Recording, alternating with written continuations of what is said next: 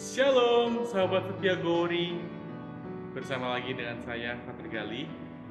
Hari ini Selasa 18 Oktober 2022 merupakan pesta Santo Lukas Penginjil. Mari kita siapkan hati untuk mendengarkan firman Tuhan. Haleluya, haleluya, haleluya. Bukan kalian yang memilih aku, tetapi akulah yang memilih kamu. Aku telah menetapkan kamu supaya pergi dan menghasilkan buah, dan buahmu itu tetap. Haleluya, haleluya, haleluya. Tuhan bersamamu dan bersama rohmu. Inilah Injil suci menurut Lukas. Dimuliakanlah Tuhan.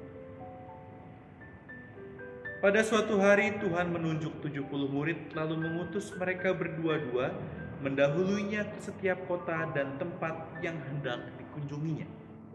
Katanya kepada mereka, "Tuai memang banyak, tetapi sedikitlah pekerjanya.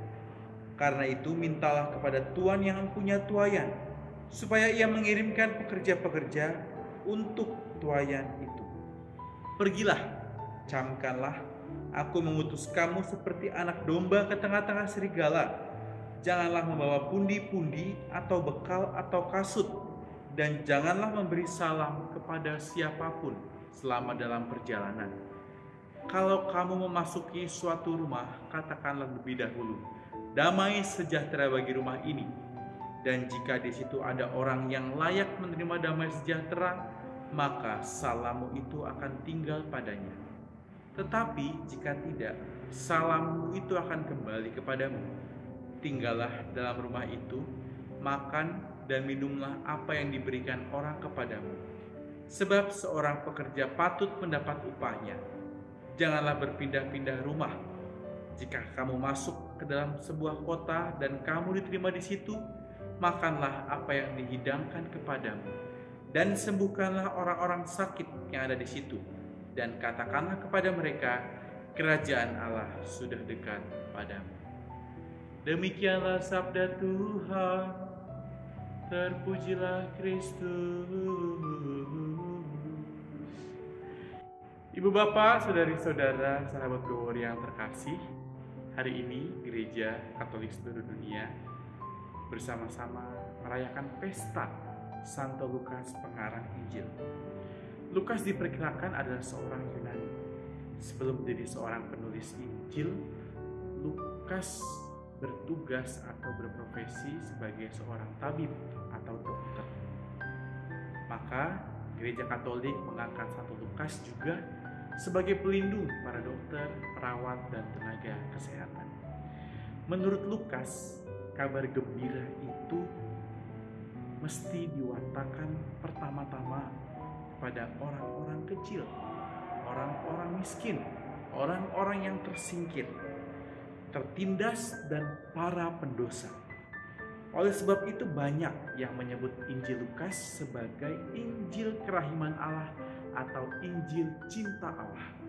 Karena memang hanya dalam Injil Lukas ditemukan kisah orang Samaria yang baik hati, atau juga kisah orang Samaria yang sakit kusta lalu kembali kepada Yesus setelah disembuhkan.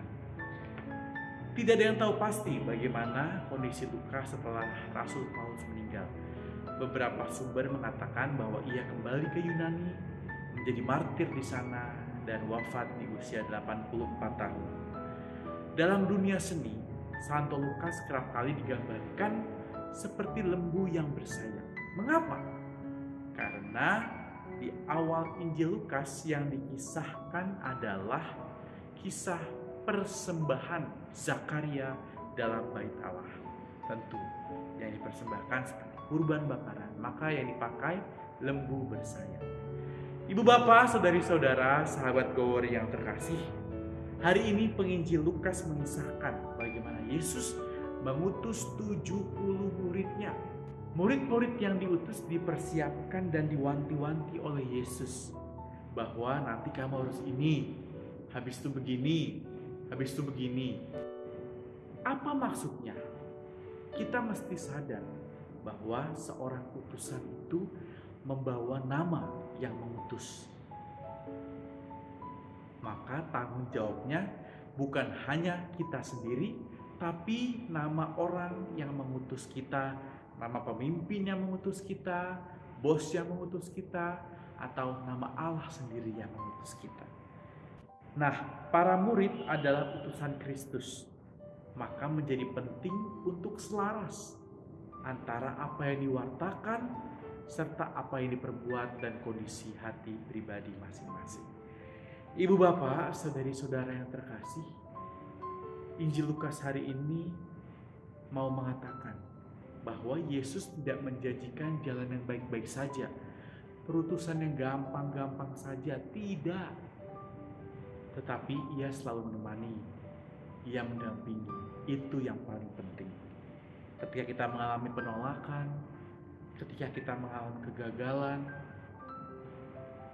kita diminta untuk ingat, ada aku, ada Yesus di situ. Jangan sampai lupa pada hidup sukacita, karena itu yang diwartakan Ibu Bapak, saudari-saudara, sahabat setia Gowori. Maka hari ini kita diingatkan bersama Santo Lukas, menjadi pembawa kabar sukacita berarti membawa nama Tuhan di dalamnya. Disposisi batin yang ceria, gembira, itu yang menjadi alas, yang menjadi landasan dan semangat. Sehingga ketika kabar sukacita itu keluar, banyak orang terpikat karena sukacita kita tawarkan, karena kerajaan Allah dan tawaran keselamatan yang memang benar-benar membawa keselamatan. Maka ibu bapak, saudari-saudara yang terkasih, sahabat Gowori, mari pada pesta Santo Lukas ini kita bersama dengan Santo Lukas dan seluruh gereja berupaya membawa kabar sukacita. Tidak mudah, tapi bentuklah, siapkan disposisi batin yang sukacita.